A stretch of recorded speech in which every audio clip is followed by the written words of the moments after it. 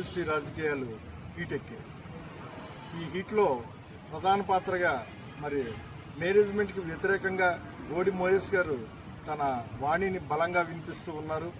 ఏ సినిమాలో చూసినా ఎక్కడ చూసినా అన్నింటా నేనే ఉంటానని ఆయనే ఘంటాపదంగా చెప్తూ ఎక్కడ ఏ విషయం జరిగినా ఆయన ప్రత్యక్షం అవుతూ మేనేజ్మెంట్ని ఎండగడుతూ ఉన్నారు.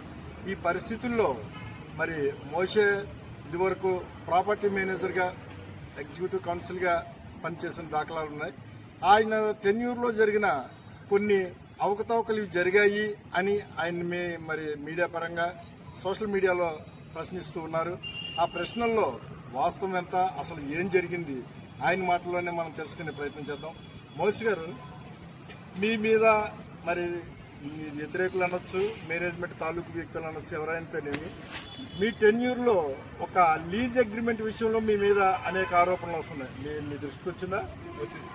మా మాచర్ల హెల్త్ సెంటర్కి సంబంధించి మరి ఆ విషయాలు మీ మీద పోస్టులు పెట్టిన ప్రతిదానికి కూడా విడమర్చి మీ దగ్గర నుంచి సమాధానాలు కావాలి నాకు. తప్పకుండా ఈ విషయం మీద క్లారిటీ ఇవ్వాలి అనే ఉద్దేశంతోనే నేను మీ దగ్గరికి మీరు పిలిచిన వెంటనే మీరు సంప్రదించిన వెంటనే ఈ విషయం మీద మాట్లాడదామని నేను నిర్ణయం తీసుకున్నానండి. అయితే చిన్న పొరపాటు ఏంటంటే ప్రాపర్టీ ఆఫీసర్గా నేను ఓన్లీ ఈస్ట్ గోదావరి డిస్ట్రిక్ట్ మాత్రమే ఉన్నాను, మాచర్లకు లేను. యాక్చువల్గా మాచర్ల సైట్కి హెల్త్ సెంటర్ సైట్కి నాకు పవర్ ఆఫ్ అటార్నీ ఇచ్చారు. ఓకే, గత ప్రెసిడెంట్ గారు ట్రెజరర్ గారు నాకు పవర్ ఆఫ్ అటార్నీ ఇచ్చారు. అయితే పవర్ ఆఫ్ అటార్నీ ఇచ్చినప్పుడు నన్ను వెళ్ళి ఆ మాచల్ సైడ్ది మనకి కొంచెం ఇష్యూగా ఉంది, దాన్ని ఒకసారి చూడండి, ఏదో దాన్ని చూసి చేయండి అని చెప్పారు. చెప్పినప్పుడు అసలు విషయం వాస్తవం ఏంటంటే సార్, ఇప్పుడు మనం దుక్కి మైకల్ క్యారీ లోదర్ తక్కువ రేటుకి ఆ కాలంలో ఇచ్చారు. ఎంతకాలం అవుతుందంటే వాళ్ళు ఇచ్చేసారు సార్. ఇది అయితే సో అంటే డేట్ నాకు పర్ఫెక్ట్గా ఐడియా లేదు.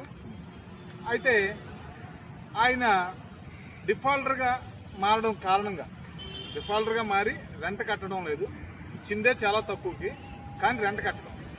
సో రెంట్ కట్టిన కారణంగా ఆ లీజు రద్దు చేయడం జరిగింది కౌన్సిల్లోనే, అలాగే రిజిస్ట్రేషన్ ఆఫీస్లో కూడా రద్దు చేయడం జరిగింది. ఓకే, అప్పుడు సరే సైట్ ఖాళీగా ఉంది, చర్చికి ఆదాయం పోయింది కదా, ఏదో వచ్చేది పావలా ₹10 అని, సరే ఒక మంచి రేటుకి ఎవరన్నా చూద్దామంటే ఒక పార్టీ వచ్చింది. మాకు కొంత లీజుకి కావాలండి, అలాగే మేము ఏదో చేస్తామని ఒక ఇద్దరు, బ్రహ్మానంద రెడ్డి గారు, మాధవ్ రెడ్డి గారు. వీరే ఇయర్లో వచ్చారు. ఇది 2015 సార్. 2000 సారీ అంతే సార్, 25/2/2015 సార్. 2023 28/2023లో అగ్రిమెంట్ అయిందండి. ఓకే, ఇది మీకు ముందు లీజుదారుడు 2012లో తీసుకున్నట్టుందండి. ఓకే, అయితే ఈయన 3 years కట్టకపోవడం వల్ల లీజు రద్దు అయింది. ఆ తర్వాత 23లో మేము ఒక వీళ్ళకి అంటే ఆ రోజున్న మార్కెట్ని బట్టి ఒకసి ఆ రేటుకి లీజుకి ఇవ్వడానికి ఒక అగ్రిమెంట్ చేసుకున్నాం. కానీ చేసిన తర్వాత కొంతకాలం నాన్ సూట్ ద్వారా జరిగినప్పుడు ఈ మార్కెట్ రేటు పెరగడం ఇవన్నీ జరగడం వలన మేము చేయడానికి ఇష్టపడలేదు. ఎందుచేతంటే చర్చికి లాస్ అవుతుంది అనే కాన్సెప్ట్లో మేము చేయడానికి ఇష్టపడలేదు. మార్కెట్ ప్రకారం ఇవ్వాలని నిర్ణయం తీసుకున్నాం, వాళ్ళతో అగ్రిమెంట్ అయ్యాం. అంటే పాత లీజుదారుడి మీద హెచ్చు రేటు, ఖచ్చితంగా హెచ్చు రేటు సార్, 3 రెట్లు 4 రెట్లు హెచ్చు రేటు సార్. ఓకే, సో అలాంటి పరిస్థితుల్లో కొంతకాలం గ్యాప్ రావడం, ఆ గ్యాప్ వచ్చాక మళ్ళీ మార్కెట్ రేట్ పెరిగిందనే ఆలోచన మాకు వచ్చింది. అయితే వాళ్ళు మేము చేయట్లేదనే ధోరణితో వాళ్ళు కోర్టుకు వెళ్తే ఆ కోర్టులో వాళ్ళకి రిజిస్ట్రేషన్ చేయమని రావడంతో అప్పుడు నన్ను ప్రెసిడెంట్ గారు, ట్రెజరర్ గారు, ఆ రోజున్న మేనేజ్మెంట్ పరదోషబాబు గారు, అవును, నన్ను దానికి పవర్ ఆఫ్ అటార్నీ ఇచ్చి వెళ్ళి మాట్లాడి చేసిరమ్మంటే మాకు ఇబ్బంది లేదు చేయడానికి, కాకపోతే మాకు మార్కెట్ రేట్ కావాలి అని చెప్తే వాళ్ళు సరే మేము చేస్తామని చెప్పారు. మేము కూడా దానికి అగ్రి అయ్యాక కోర్టు వాళ్ళకి ఫేవర్గా ఆర్డర్ వచ్చింది. కానీ వీళ్ళు ఆ మార్కెట్ రేట్కి మళ్ళీ రీఅగ్రిమెంట్ అవ్వడానికి మాతో చర్చితో రీఅగ్రిమెంట్ అవ్వడానికి కొంత తటస్థాయించారు. తటస్థాయించినప్పుడు మేము వాళ్ళకి చేయలేదు. ఈ రోజు వరకు కూడా వాళ్ళకి అగ్రిమెంట్ చేయలేదు, వాళ్ళకి రిజిస్ట్రేషన్ కానీ ఎలాంటివి చేయలేదు. కానీ ఈ లోపల ఏం జరిగిందంటే వీళ్ళు మా మేనేజ్మెంట్ మారిపోవడం, గౌరవ హైకోర్టు వారు ఒక కంట్రోలర్గా ఒక జోసెఫ్ కురియన్ గారిని వేయడం, ఆయన ఒక ఇద్దరిని ఒక సెక్రటరీ గాను ఒక అడ్మినిస్ట్రేటర్గా వారిని వేసుకోవడం జరిగింది. అయితే ఆ పాత అతను ఉన్నారు కదండి బెంజమిన్ గారు, వాళ్ళ అబ్బాయి అమెరికాలో ఉంటారు సార్. ఆ అబ్బాయి ఏం చేశాడంటే మళ్ళీ కోర్టులో వేసి ఎవరి మీద ఫస్ట్ రెస్పాండెంట్ జోసెఫ్ కురియన్ గారు, పరదేశ్ బాబు గారు, అర్నాల్డ్ మోయిస్ గారు, గోడి మోజెస్ ఇద్దరు రెడ్ల మీద కేసు వేశారు. కేసు వేసి మా అందరికీ కూడా నోటీసులు పంపడం జరిగింది. సో ఆ రెడ్డిలకి అయితేనేమో రాంగ్ అడ్రస్ పంపాడు, కొన్ని వెళ్ళి కొన్ని వెళ్ళలేదు. అయితే ఇక్కడ వారు వచ్చినప్పుడు ఏం చేశారు, మేము అధికారంలో లేము కనుక మేము పెద్దగా దాన్ని పట్టించుకోలేదు. ఇప్పుడు మేము చేసే పరిస్థితుల్లో కూడా లేము, లీజు చేసే పరిస్థితుల్లో లేము కనుక మేము దాన్ని కొంచెం ఓవర్లుక్ చేస్తాం. అయితే ఫస్ట్ రెస్పాండెంట్గా మరి గౌరవ కంట్రోలర్ గారు జోసెఫ్ కురియన్ గారు ఉన్నారు కదా, వారి తరపుని వకాలత్ వేయడం జరిగింది మాచర్ల కోర్టులో. గౌరవ వారి సెక్రటరీ గారు వెళ్ళి వకాలత్ వేయడం జరిగింది. కానీ ఈ లోపల మరి వాళ్ళ మధ్య ఏమి జరిగిందో ఎలా జరిగిందో మాకైతే తెలియదు. కానీ జోసెఫ్ కురియన్ గారు వకాలత్ వేయడం జరిగింది, డైరెక్ట్గా ఆయనే కేసుని వేసినట్టుగా భావించాలి. ఆయన తరపున వకాలత్ వేశారు కదా. అయితే జేఎస్ రత్న కుమార్ గారు, ఆయన సెక్రటరీ గారు జేఎస్ రత్న కుమార్ గారికి ఆ అమెరికాలో ఉన్న ఈ బెంజమిన్ గారు అబ్బాయి గారు వాళ్ళిద్దరు ఫ్రెండ్స్, చిన్ననాటి స్నేహితులు. సో ఆ స్నేహితులు అవ్వడం వల్ల మరి ఏం జరిగిందో ఏంటో మాకైతే తెలియదు. కానీ వకాలత్ అయితే వేశారు, కానీ కేసు కంటెస్ట్ చేయడం మానేసి దాన్ని ఏమంటారంటే ఎక్స్ పార్టీ ఆర్డర్ అయ్యే విధంగా వీళ్ళు చర్చికి నష్టం కలిగించారు. ఇప్పుడు చర్చికి మేము నష్టం కలిగించామా, లేదంటే ఇప్పుడున్న జడ్జి త్రయం జోసెఫ్ కురియన్ గారి అదే వాళ్ళు పెట్టుకున్న కంట్రోలర్ గారు, ట్రెజరర్ గారు, అడ్మినిస్ట్రేటర్ గారు, సెక్రటరీ గారు వాళ్ళు తప్పు చేశారా? ఒకసారి నేను ఈ ఏఎల్సి సంఘం మొత్తానికి తెలియజేయాలనుకుంటున్నాను. ఎందుచేతంటే మధ్యాహ్నం నన్ను ఒకరిద్దరు వాట్సాప్ గ్రూపుల్లో సోషల్ మీడియాలో నన్ను అడగడం జరిగింది.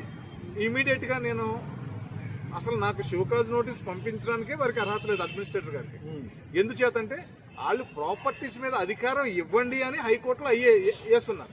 ఇంటీరియర్ ఆర్డర్ కోసం ఒక అప్లికేషన్ చేశారు. సో కోర్టు ఎలాంటి నిర్ణయం తీసుకోలేదు, కానీ వీరు మాత్రం నాకు నోటీస్ పంపించారు. అయితే అయినా నేను గౌరవంగా కోర్టు నుంచి వచ్చారు కాబట్టి, గౌరవ హైకోర్టు నుంచి వచ్చారు అనే గౌరవంతో నేను వారికి తిరిగి సమాధానం కూడా చెప్పడం జరిగింది. ఇది వారికి అందే ఉంటుంది అనుకుంటున్నాను. లాస్ట్ మండే నేను చెప్పాను. వారు నాకు పంపించిన షోకాజ్ నోటీస్, వారికి నేను పంపిన రిప్లై ఇది లాస్ట్ బెనర్జీ గారు అంటే ఫస్ట్ పార్టీ ఏదైతే ఉందో ఆ ప్రాపర్టీని తీసుకున్న వాళ్ళ లీజు అఫీషియల్ గా రద్దయిందని సబ్ రిజిస్టర్ ఆఫీస్లో వచ్చి ఎక్కడైనా వారికి ఎలాంటి అధికారం లేకుండా ఉన్నదాన్ని దానికి సంబంధించిన property document lease cancellation deed ఇది.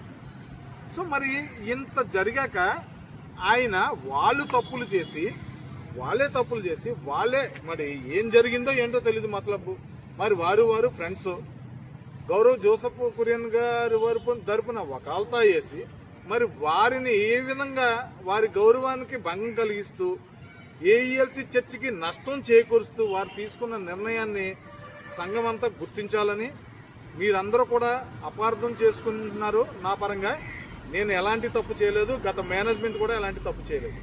కనుక దయచేసి మీ అందరూ కూడా దీన్ని గ్రహించాలని నేను కోరుకుంటున్నాను. Thank you.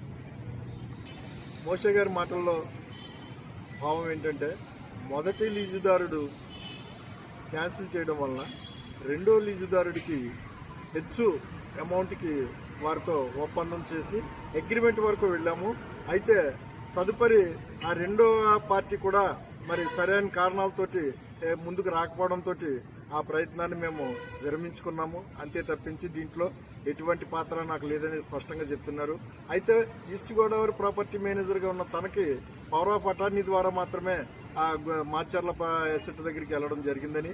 అయితే ఈ విషయంలో అడ్మినిస్ట్రేటర్ గారు తనకి షోకాజ్ నోటీస్ ఇచ్చారని, దానికి రిప్లై కూడా ఇవ్వడం జరిగిందని, అన్ని కూడా డాక్యుమెంట్ పరంగానే ఉన్నాయని, నా మీద చేస్తున్న ఆరోపణలు తప్పుడు ఆరోపణలు మాత్రమే మోషే గారు దీన్ని బట్టి మనకి తెలియజేస్తున్నారు. అయితే దీనిపైన మీరేమైనా చర్యలు తీసుకుంటారా? సార్ డెఫినెట్ గా డిఫర్మేషన్ ఇన్స్టిట్యూట్కి వెళ్తాను సార్. నా పరువుకు భంగం కలిగింది, నా సంఘస్థులకు కొంతమందికి ఈ యొక్క షోకాజ్ నోటీసులు పెట్టడం జరిగింది. అలాగే కొంతమంది పాస్టర్లకి ఆయన స్వయంగా వాట్సాప్ చేసి ఇది చాలా సీక్రెట్ గా దాన్ని ఏమంటారు, ఆయనకి నాకు జరగాల్సిన ట్రాన్సాక్షన్, ఈ పేపర్ ట్రాన్సాక్షన్ ఇతరులకి ఆయన స్వయంగా వాట్సాప్ చేసి ఇది మీరు గ్రూపుల్లో పెట్టండి, ఇది మీరు అది చేయండి, ఇది చేయండి అని చెప్పి బ్యాచ్ చేయండి అని ఖచ్చితంగా ఆయన ప్రయత్నించారు. కనుక ఈ అన్నిటి మీద నేను ఆయన మీద ఖచ్చితంగా డిఫర్మేషన్ సూట్కి వెళ్తున్నాను. నాకు వెళ్ళడానికి అన్ని రైట్స్ ఉన్నాయి. నా పరువుకి భంగం కలిగింది.